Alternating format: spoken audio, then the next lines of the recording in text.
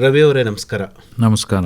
ತಾವು ಇವತ್ತಿನ ದಿವಸ ಮುಂಗಾರಿಗೆ ಪೂರ್ವ ಸಿದ್ಧತೆಗಳನ್ನು ಯಾವ ರೀತಿ ಮಾಡ್ಕೋಬೇಕು, ಇಲಾಖೆ ಯಾವ ರೀತಿ ಸಿದ್ಧವಾಗಿದೆ, ರೈತರು ಯಾವ ರೀತಿ ಸಿದ್ಧರಾಗಬೇಕು ಅನ್ನೋ ವಿಚಾರಕ್ಕೆ ಸಂಬಂಧಪಟ್ಟಂತೆ ಮಾಹಿತಿಯನ್ನು ನೀಡಬೇಕು. ಪೂರ್ವ ಮುಂಗಾರು ಹೇಗಿತ್ತು ಮತ್ತು ಯಾವ ರೀತಿ ಮಳೆ ಬಂತು ಅಂತೀರಿ? ನೋಡಿ, ಈಗ ಪೂರ್ವ ಮುಂಗಾರು ತಮಗೆಲ್ಲ ತಿಳಿದಿರೋ ಹಾಗೆ ಅಷ್ಟೇನು ಆಶಾದಾಯಕವಾಗಿ ಇಲ್ಲ. ಏಪ್ರಿಲ್ ಮಾಹೆ ನಮಗೆ ಸುಮಾರು 66 ಮಿಲಿಮೀಟ್ರ್ ಮಳೆ ಆಗಬೇಕಾಗಿತ್ತು ವಾಡಿಕೆಯಂತೆ. ಸುಮಾರು 9.7 ಮಿಲಿಮೀಟ್ರ್ ಆಗಿದೆ. ಅಂದರೆ 85% ಕೊರತೆ. ನಮಗೇನು ದ್ವಿದಳ ಧಾನ್ಯಗಳು, ಹತ್ತಿ ಮತ್ತು ಎಳ್ಳು ಇವೆಲ್ಲ ಬಿತ್ತನೆ ಆಗ್ತಿದ್ದೇ ಏಪ್ರಿಲ್ ಮಾಹೆನಲ್ಲಿ. ಮೇವರೆಗೂ ಅವಕಾಶ ಇದೆ, ಬಟ್ ಆಲ್ರೆಡಿ ಇವಾಗಲೇ ಸಾಕಷ್ಟು ಸಮಯ ಗತಿಸಿ ಹೋಗಿದೆ. ಮೇ ಮಾಹೆಯಲ್ಲೂ ಕೂಡ 24% ಮಳೆ ಕೊರತೆ ಇದೆ. ಹಾಗಾಗಿ ಪೂರ್ವ ಮುಂಗಾರು ಅಷ್ಟೊಂದು ಆಶಾದಾಯಕವಾಗಿ ಇಲ್ಲ. ಮುಂಗಾರಾದರೂ ಆಶಾದಾಯಕವಾಗಿರುತ್ತೇನೋ ಅನ್ನೋ ಒಂದು ಭರವಸೆಯ ಮೇಲೆ ಇದ್ದೀವಿ. ಮುಂಗಾರಿನ ಒಂದು ಪ್ರೆಡಿಕ್ಷನ್ ಏನು? ಈಗ ಮುಂಚಿತವಾಗೇ ಬರುತ್ತೆ ಮುಂಗಾರು ಅನ್ನತ್ತೆ. ಮತ್ತು ಹೌದು, ಮುಂಗಾರು ಮುಂಚಿತವಾಗಿ ಕೇರಳವನ್ನು ಪ್ರವೇಶ ಮಾಡಿದರೂ ಕೂಡ ಈಗ ಕೆಲವೊಂದು ವರದಿಗಳು ನೋಡಿದ್ದೇವೆ ನಾವು. ಈ ಮೇ 26 ಮುಂಗಾರು ಕೇರಳವನ್ನು ಪ್ರವೇಶಿಸುತ್ತೆ ಅಂತ ನೋಡ್ತಾ ಇದ್ದೇವೆ. ಆದಾಗ್ಯೂ ಕೂಡ ಈ ವರ್ಷದ ಮಳೆ ಅಷ್ಟೊಂದು ಆಶಾದಾಯಕವಾಗಿ ಇರಲ್ಲ ಅನ್ನುವ ಸಂಗತಿನೂ ಕೂಡ ನಮ್ಮ ಇಂಡಿಯನ್ ಮೆಟ್ರೋಲಾಜಿಕಲ್ ಸೆಂಟರ್ IMC ಅವರಿಂದನೇ ಬಂದಿರತಕ್ಕಂಥದ್ದು ಕೂಡ ಉಂಟು. ಅಂದರೆ ನಾವು 2 ಪದಗಳನ್ನು ಬಳಸ್ತೀವಿ, ಎಲ್ ನೀನೋ, ಲಾ ನೀನೋ ಅಂತ. ಎಲ್ ನೀನೋ ಅಂದರೆ ಮಳೆ ಕೊರತೆ ಆಗ್ತಕ್ಕಂಥದ್ದು, ಲಾ ನೀನೋ ಅಂದರೆ ಹೆಚ್ಚು ಪ್ರವಾಹಗಳು ಬರ್ತಕ್ಕಂಥದ್ದು, ಹೆಚ್ಚು ಮಳೆ ಆಗ್ತಕ್ಕಂಥದ್ದು. ಈ ವರ್ಷ ಎಲ್ ನೀನೋ ಪ್ರಭಾವಕ್ಕೆ ಒಳಗಾಗುವ ಎಲ್ಲ ಸಂಭವಗಳು ಇದ್ದಾವೆ. ಅದು ಏನೋ ಸುಮಾರಷ್ಟು ದಿವಸ ಇಲ್ಲ, ಒಂದು 6 ತಿಂಗಳಷ್ಟೇ, ಆಮೇಲೆ ಮತ್ತೆ ಮಳೆ ಸುರಿಯುತ್ತೆ ಅಂತ ಹೇಳ್ತಾ ಇದ್ದಾರೆ. ನೋಡಿ, ಮಳೆ ನಮಗೆ 6 ತಿಂಗಳು ಅಂದರೆ ಪ್ರಮುಖವಾಗಿ ಯಾವ ಘಟ್ಟಗಳಲ್ಲಿ ಬೇಕೋ ಆ ಘಟ್ಟಗಳಲ್ಲಿ ಬರದೇ ಹೋದರೆ, ನಮ್ಮದೆಲ್ಲ ನೋಡಿ ಮೈಸೂರು ಜಿಲ್ಲೆ ಮುಂಗಾರು ಆಧಾರಿತ ಜಿಲ್ಲೆ. ನಮಗೆ ಹಿಂಗಾರು ಮತ್ತು ಬೇಸಿಗೆ ಏನು ಅಷ್ಟೊಂದು ನಮ್ಮ ಏರಿಯಾ ಇರೋದಿಲ್ಲ, ಆಯಿತಾ. ಹಿಂಗಾರು ಸ್ವಲ್ಪ ಪ್ರಮಾಣದಲ್ಲಿರ್ತದೆ, ಬೇಸಿಗೆ ಅಂತೂ ಇಲ್ಲವೇ ಇಲ್ಲ. ಬೇಸಿಗೆ ಒಂದು 70,000 ಇಲ್ಲ, 25-30 ಸಾವಿರ ಹೆಕ್ಟ್ರ್ ಬರೋದೇ ಹೆಚ್ಚು.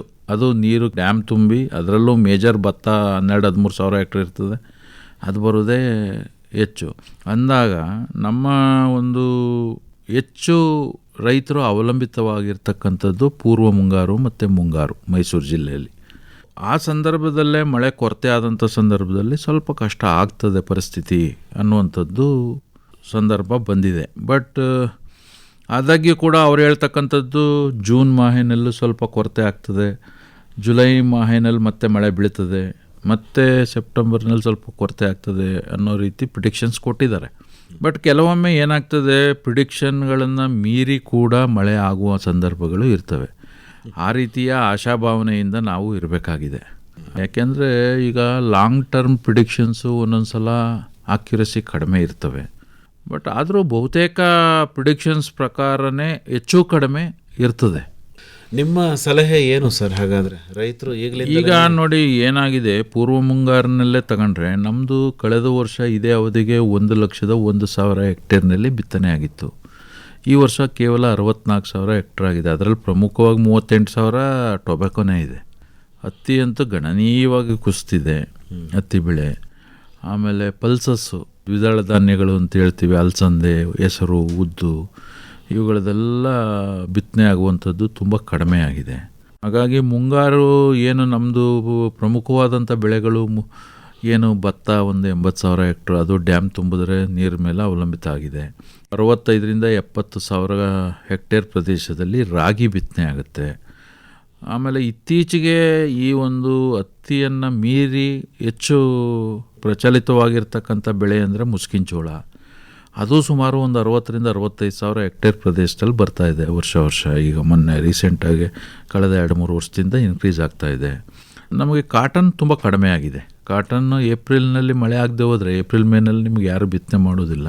ತುಂಬ ಲಾಂಗ್ ಡ್ಯೂರೇಷನ್ ಕ್ರಾಪು ಕೂಡ, ದೀರ್ಘಾವಧಿಯ ಬೆಳೆ. ಹಾಗಾಗಿ ರೈತರು ಕಡಿಮೆ ಅವಧಿಯಲ್ಲಿ ಹೆಚ್ಚು ಲಾಭ ಬರ್ತಕ್ಕಂಥ ಮುಸ್ಕಿನ ಜೋಳಕ್ಕೆ ನಮ್ಮ ಪರ್ಟಿಕ್ಯುಲರ್ಲಿ ಎಲ್ಲಿ HD ಕೋಟೆ, ಸರಗೂರು ಈ ಭಾಗದಲ್ಲಿ ಹೆಚ್ಚು ಒಲವನ್ನು ತೋರಿಸ್ತಾ ಇದ್ದಾರೆ. ಯಾಕೆಂದರೆ ಅಲ್ಲಿ ನಿಮಗೆ ಮುಸ್ಕಿನ ಜೋಳ ಇದಕ್ಕೆ ಹೋಗ್ತದೆ, ಫಾಡರ್ ಪರ್ಪಸ್ಗೆ. ಏನು ಸೈಲೇಜ್ ಅಂತ ಏನು ಹೇಳ್ತೀವಿ, ಅದಕ್ಕೆ ಬರೀ 90 ದಿವಸದ ಬೆಳೆನೇ ಕೊಟ್ಬಿಡ್ತಾರೆ. ಒಂದು 80-90 ದಿವಸದ ಬೆಳೆನೇ ತೆನೆ ಒಂದು ಸ್ವಲ್ಪ ಹಾಲು ತುಂಬಿದಂಥ ಸಂದರ್ಭದಲ್ಲೇ ಕಟಾವು ಕೊಟ್ಬಿಡ್ತಾರೆ. ಟನ್ಗೆ 2,000 ಚಿಲ್ಲರೆ, 2,700 3,000 ಗಂಟಲು ಕೆಲವು ಸಂದರ್ಭದಲ್ಲಿ ಹೋಗ್ತದೆ. ಅಂದರೆ ಅದು ಡಿಮ್ಯಾಂಡ್ ಇದ್ದಂಗೆ. ಸೊ ಹಂಗಾಗಿ ಲಾಭದಾಯಕವಾಗಿದೆ ಅದು. ಸ್ವಲ್ಪ ನಾವು ಏನೇ ಹೇಳಿದ್ರು ರೈತರಿಗೆ ಅದು ಲಾಭದಾಯಕವಾಗಿದೆ. ಹಾಗಾಗಿ ಅದನ್ನು ಮಾಡ್ತಾ ಇದ್ದಾರೆ. ಬಟ್ ಅದರಲ್ಲೂ ಕೂಡ ಲಾಸ್ಟ್ ಟೈಮು ನೀವು ನೋಡಿರ್ಬೋದು, ಬೂಜು ರೋಗ ಅನ್ನುವಂಥದ್ದು, ಡೌನಿ ಮಿಲ್ಡ್ಯೂ ಅನ್ನುವಂಥದ್ದು ಬಂತು. ಅದಕ್ಕೆ ಸಾಕಷ್ಟು ಪ್ರಚಾರವನ್ನು ಕೊಟ್ವಿ. ಈ ಸಲ ನಾವು ಎಲ್ಲ ಬಿತ್ತನೆ ಬೀಜಗಳು ಏನು ಮುಸ್ಕಿನ ಜೋಳ ನಾವು ರೈತ ಸಂಪರ್ಕ ಕೇಂದ್ರದಿಂದ ಕೊಡೋದು ಅಷ್ಟೇ ಅಲ್ಲ, ಖಾಸಗಿ ಮಾರಾಟಗಾರರು ಮಾರುವಂಥದ್ದನ್ನೂ ಕೂಡ ಪರೀಕ್ಷೆ ಮಾಡಿಸಿ ಬಿತ್ತನೆ ಬೀಜ ಅದು ಬಿತ್ತನೆ ಬೀಜದಿಂದ ಹರಡುತ್ತೆ ಅನ್ನೋ ಒಂದು ರೋಗ ಅನ್ನೋದ್ರಿಂದ ಅದನ್ನು ಪರೀಕ್ಷೆ ಮಾಡಿಸಿ ಬೀಜೋಪಚಾರ ಮಾಡಿದಾರಾ ಇಲ್ವಾ ಅಂತ ಚೆಕ್ ಮಾಡಿಸೇ ಈ ಸಲ ವಿತರಣೆ ಮಾಡಿಸ್ತಾ ಇದ್ದೀವಿ. ಅದು ಒಂದು ಕ್ರಮ ತಗೊಂಡಿದ್ದೀವಿ. ಹಂಗಾಗಿ ಕೆಲವರು ರೈತರು ಕೂಡ ಕೆಲವೊಂದು ಬೆಳೆ ಪರಿವರ್ತನೆ ಮಾಡ್ತಕ್ಕಂಥದ್ದನ್ನು ಮಾಡಬೇಕಾಗ್ತದೆ. ಒಂದೇ ಬೆಳೆಯನ್ನು ಕಂಟಿನ್ಯೂಸ್ ಆಗಿ ಬೆಳೀತಾ ಇದ್ದರೆ ರೋಗ ರುಜಿನಗಳು ಜಾಸ್ತಿ ಆಗ್ತವೆ. ಈಗ ಮುಂಗಾರಿನ ಒಂದು ಏನು ವೈಪರೀತ್ಯ ಗಮನದಲ್ಲಿ ಇಟ್ಕೊಂಡು ಈಗಲಿಂದಲೇ ಒಂದು ಕಂಟಿಂಜೆನ್ಸಿ ಪ್ಲ್ಯಾನ್ ತಯಾರು ಮಾಡುವಂಥ ಯೋಚನೆ ಮಾಡಬೇಕಾಗತ್ತಾ ರೈತರು? ಪ್ರಮುಖವಾಗಿ ಒಂದು ಮಳೆಯಾಧಾರಿತ ಕೃಷಿಯನ್ನು ಅವಲಂಬಿತ ಆಗಿರುವಂಥವರು ಆದಷ್ಟು ಈ ಕೃಷಿ ಹೊಂಡಗಳಿಗೆ ಆದ್ಯತೆಯನ್ನು ಕೊಡಬೇಕು. ಈಗ ನಮ್ಮದು ಕರ್ನಾಟಕ ಸರ್ಕಾರ ಕೂಡ KBY ಅಂತ ಹೇಳಿ ಕೃಷಿ ಭಾಗ್ಯ ಯೋಜನೆಯನ್ನು ತಂದಿದೆ. ಕಳೆದ 2 ವರ್ಷದಿಂದ ಮಾಡ್ತಾ ಇದ್ದಾರೆ. 3 ವರ್ಷನೇ ಆಯಿತು. ಫಸ್ಟ್ ವರ್ಷ ಕೆಲವು 4 ತಾಲೂಕಿತ್ತು, 24-25ರಿಂದ ಎಲ್ಲ ತಾಲೂಕುಗಳಿಗೂ ಅದನ್ನು ವಿಸ್ತರಿಸಿದ್ದಾರೆ. ಈ ಒಂದು ಕೃಷಿ ಭಾಗ್ಯ ಯೋಜನೆ ತಂದಿದ್ದೇ ಅದೇ ಉದ್ದೇಶದಿಂದ. ಕೃಷಿ ಭಾಗ್ಯ ಯೋಜನೆಯ ಮೂಲ ಉದ್ದೇಶ ಏನಪ್ಪ ಅಂದರೆ, ಮಳೆ ಬಿದ್ದಂಥ ಸಂದರ್ಭದಲ್ಲಿ ನೀರನ್ನು ಶೇಖರಣೆ ಮಾಡಿ ಇಟ್ಕೊಂಡು ಯಾವಾಗ ಮಧ್ಯೆ ಒಂದು 15 ದಿವಸನೋ 1 ತಿಂಗಳು ಮಳೆ ಹೋಗ್ಬಿಡುತ್ತೆ, ತುಂಬ ಏನಂತಾರೆ ರೈತರು, ಒಂದು ಮಳೆ ಬಿದ್ದಿದ್ರೆ ನಮ್ಮ ಬೆಳೆ ಬಂದ್ಬಿಡೋದು ಕೈಗೆ ಅಂತಾರೆ. ಅಂಥ ಸಂದರ್ಭದಲ್ಲಿ ಅದಕ್ಕೆ ನಾವು ಇಂಗ್ಲೀಷಲ್ಲಿ ಏನಂತೀವಿ, ಕ್ರಿಟಿಕಲ್ ಸ್ಟೇಜ್ ಅಂತೀವಿ, ಸಂದಿಗ್ಧ ಅಂತ ಅಂತೀವಿ. ಅಂಥ ಸಂದರ್ಭದಲ್ಲಿ ನಮ್ಮ ರೈತರಿಗೆ ನೀರನ್ನು ಇದು ಮಾಡ್ಕೊಳ್ಳಿಕ್ಕೆ ನಾವು ಎಲ್ಲವನ್ನು ಸಬ್ಸಿಡಿನಲ್ಲಿ ಕೊಡ್ತಾಯಿದ್ದೀವಿ. ಕೃಷಿ ಭಾಗ್ಯದಲ್ಲಿ ಕೃಷಿ ಹೊಂಡಕ್ಕೆ ಪ್ಯಾಕೇಜು ಡೀಸೆಲ್ ಪಂಪ್ ಸೆಟ್ಟು ಮತ್ತು ಬದು ನಿರ್ಮಾಣ, ಸ್ಪ್ರಿಂಕ್ಲರು, ಆಮೇಲೆ ಪಾಲಿಥೀನ್ ಲೈನಿಂಗು, ಫೆನ್ಸಿಂಗು ಮಾಡ್ಕೋಬೇಕು. ಫೆನ್ಸಿಂಗು ಒಂದಕ್ಕೆ ಕಡಿಮೆ ಸಬ್ಸಿಡಿ ಇದೆ, ಬಟ್ ಅವ್ರು ದೊಡ್ಡ ದೊಡ್ಡ ಹೊಂಡಗಳು ಮಾಡ್ಕೊಂಡ್ರೆ ಅಲ್ಲಿ ಬರೋ ದುಡ್ಡಲ್ಲೇ ಎಲ್ಲನೂ ಮಾಡ್ಕೋಬೋದು. ಅಷ್ಟು ಅನುಕೂಲಕರವಾದಂಥ ಆ ಸ್ಕೀಮ್, ಅದು ತುಂಬ ಅನುಕೂಲ. ಇಂಥ ಒಂದು ಪರಿಸ್ಥಿತಿಗೆ ಮಾಡಿಸಿದಂಥದ್ದು ಅಂತ ಹೇಳ್ಬಹುದು. ಯಾಕೆಂದರೆ ಈಗ ಮಳೆ ಯಾವಾಗಲೂ ಆಗಲ್ಲ ಅಂತಿಲ್ಲ, ಆಗುತ್ತೆ, ಮಧ್ಯದಲ್ಲಿ ಕೈ ಕೊಡುತ್ತೆ ಅಂತ ಇಟ್ಕೊಳ್ಳಿ. ಆವಾಗ ಬೆಳೆಯನ್ನು ಕಾಪಾಡ್ಕೋಬೇಕು ಅಂದಂಥ ಸಂದರ್ಭದಲ್ಲಿ ಕೆಲವೊಂದು ಏನು ಅಗ್ರಾನಮಿಕ್ ಪ್ರಾಕ್ಟೀಸಸ್ ಅಂತೀವಿ, ಬೇಸಾಯ ಪದ್ಧತಿಗಳನ್ನು ಅಳವಡಿಸ್ಕೋಬೇಕಾಗುತ್ತೆ. ಹೆಚ್ಚು ಮಳೆ ಹೋದಂಥ ಸಂದರ್ಭಗಳಲ್ಲಿ ಈಗಾಗಲೇ ಬೆಳೆ ಒಂದಿಷ್ಟು ಪೈರು ಬಂದಿರ್ತದೆ, ರಾಗಿದೋ ಮತ್ತೊಂದು ಒಂದಂಥ ಸಂದರ್ಭದಲ್ಲಿ ಅರ್ದಿಂಗಪ್ ಅಂತೀವಿ, ಅಂದರೆ ಡಸ್ಟ್ ಮಲ್ಚಿಂಗ್ ಮಾಡೋದು. ಡಸ್ಟ್ ಮಲ್ಚಿಂಗ್ ಅಂದರೆ ಮಣ್ಣಿನ ಪುಡಿನೇ ನೀರು ಆವಿಯಾಗಿ ಹೋಗ್ದಂಗೆ ಕಾಪಾಡ್ಕೊಳ್ಳುವಂಥದ್ದನ್ನ ಮಾಡ್ತಕ್ಕಂಥದ್ದು. ಅದಕ್ಕೆ ಚಿಪ್ ಕುಂಟೆ ಉಪಯೋಗಿಸಿ ತೆಳ್ಳಗೆ ಮೇಲೆ ಹೊಡೆದ್ರೆ ಚಿಪ್ ಕುಂಟೆಯಲ್ಲಿ ಅದೇನಾಗುತ್ತೆ, ಮೇಲ್ಗಡೆ ಪದರ ಒಡೆಯುತ್ತೆ. ಆವಾಗ ಏನಾಗುತ್ತೆ, ಕೆಪಿಲರಿ ಫೋರ್ಸ್ ಅಂತೀವಿ, ಅದು ಮೇಲ್ಗಡೆ ನೀರು ಆವಿಯಾಗಿ ಹೋಗೋದನ್ನು ತಡೀತದೆ. ಆಮೇಲೆ ಡಸ್ಟ್ ಮಲ್ಚಾಗಿ ಇದು ಮಾಡುತ್ತೆ. ಮತ್ತು ಈಗ ತುಂಬ ಲೇಟಾಗಿ ಮಳೆ ಬಂದಂಥ ಸಂದರ್ಭದಲ್ಲಿ ಈಗ ರಾಗಿ ನಾವು ಸಾಮಾನ್ಯವಾಗಿ ಜುಲೈ ಎಂಡಿಂದಲೂ ಸ್ಟಾರ್ಟ್ ಮಾಡ್ತೀವಿ, ಆಗಸ್ಟಲ್ಲಿ ಮಾಡ್ತೀವಿ. ಕೆಲವು ಟೈಮ್ ಸೆಪ್ಟೆಂಬರ್ಗೆ ಹೋದಂಥ ಸಂದರ್ಭದಲ್ಲಿ ಏನು ಮಾಡಬೇಕು ಅಂಥ ಸಮಯದಲ್ಲಿ ಚಳಿಯನ್ನು ತಡೆದುಕೊಳ್ಳುವಂಥ ಇಂಡಾಪ್ 7 ಇಂಥ ವೆರೈಟಿಗಳು ನಾವು ಅದಕ್ಕೋಸ್ಕರ ಪ್ಲಾನ್ ಮಾಡಿ ಈಗ ಯೂನಿವರ್ಸಿಟಿಗಳು ಮತ್ತು ನಮ್ಮ ಕೇಂದ್ರ ಕಚೇರಿಗೂ ಕೇಳ್ಕೊಂಡಿದ್ದೀವಿ. ನಮಗೆ ಶಾರ್ಟ್ ಡ್ಯುರೇಷನ್ ವೆರೈಟಿಗಳು ಅಂದರೆ ಅಲ್ಪಾವಧಿ ತಳಿಗಳು ಅಂಥ ಸಂದರ್ಭ ಬಂದಾಗ, ಈಗ ಮಳೆ 1-2 ತಿಂಗಳು ಕೈ ಕೊಡ್ತು, ಆವಾಗ ಕೊನೆಯಲ್ಲಿ ಚೆನ್ನಾಗಿ ಬಂತು, ಆವಾಗ ನಾವು ಬಿತ್ತನೆ ಮಾಡಬೇಕಾದಂಥ ಪರಿಸ್ಥಿತಿ ಬಂತು, ಅದಕ್ಕೆ ಸೂಕ್ತವಾಗುವಂಥ ತಳಿಗಳನ್ನು ಒದಗಿಸಿಕೊಡೋದು ಕೂಡ ಒಂದು ಪ್ರಮುಖ ಅಂಶ ಆಗ್ತದೆ. ಇಂಥವನ್ನೆಲ್ಲ ಮಾಡಬೇಕಾಗ್ತದೆ. ಮತ್ತು ರೈತರು ಏನಪ್ಪ ಅಂದರೆ ಆದಷ್ಟು ಉತ್ತಮವಾದಂಥ ಮಳೆ ಬಿದ್ದ ಮೇಲೇ ಯಾವುದೇ ಒಂದು ಬಿತ್ತನೆ ಕಾರ್ಯವನ್ನು ಮಾಡ್ತಕ್ಕಂಥದ್ದು ಒಳ್ಳೆಯದು. ಸರಿ, ಕೃಷಿ ಹೊಂಡ ತೋಡಿಸ್ಕೊಳ್ಳೋಕೆ ಏನು ಸೌಲಭ್ಯ ಇದೆ ಸರ್ ತಮ್ಮ ಇಲಾಖೆಯಿಂದ? ಈಗ ಹೇಳಿದ್ನಲ್ಲ, ಕೃಷಿ ಹೊಂಡಗೆ ಅದು ಪ್ಯಾಕೇಜು. ಯಾವ್ಯಾವ ಘಟಕಗಳಿದೆ ಅಂದರೆ, ಒಂದನೇದು ಕೃಷಿ ಹೊಂಡ, ಅದಕ್ಕೆ ಪಾಲಿಥೀನ್ ಲೈನಿಂಗ್, ನೀರು ಬಸಿದು ಹೋಗ್ದಂಗೆ. ಆಮೇಲೆ ಅದಕ್ಕೆ ಫೆನ್ಸಿಂಗು, ಸುತ್ತ ಮಕ್ಕಳು ಮರಿಗಳು ಜಾನುವಾರುಗಳು ಬೀಳ್ದಂಗೆ. ಮತ್ತು ಬದು ನಿರ್ಮಾಣ ಅಂದರೆ ನೀರನ್ನು ಸಾಯಿಲ್ನ ಕನ್ಸರ್ವ್ ಮಾಡಲಿಕ್ಕೆ. ಆಮೇಲೆ ಡೀಸೆಲ್ ಪಂಪ್ ಸೆಟ್ಟು ಅಂದರೆ ಅಲ್ಲಿ ಶೇಖರಣೆಯಾದಂಥ ನೀರನ್ನು ಎತ್ತಲಿಕ್ಕೆ. ಮತ್ತು ಅದನ್ನು ಎಫಿಷಿಯೆಂಟಾಗಿ ಅಂದರೆ ಕ್ಷಮತೆಯಿಂದ ಉಪಯೋಗಿಸ್ಲಿಕ್ಕೆ ಹನಿ ನೀರಾವರಿ ಅಂದರೆ ತುಂತುರು ನೀರಾವರಿ, ಇದು ಸ್ಪ್ರಿಂಕ್ಲರ್ ಸೆಟ್ಸು ನೋಡಿ.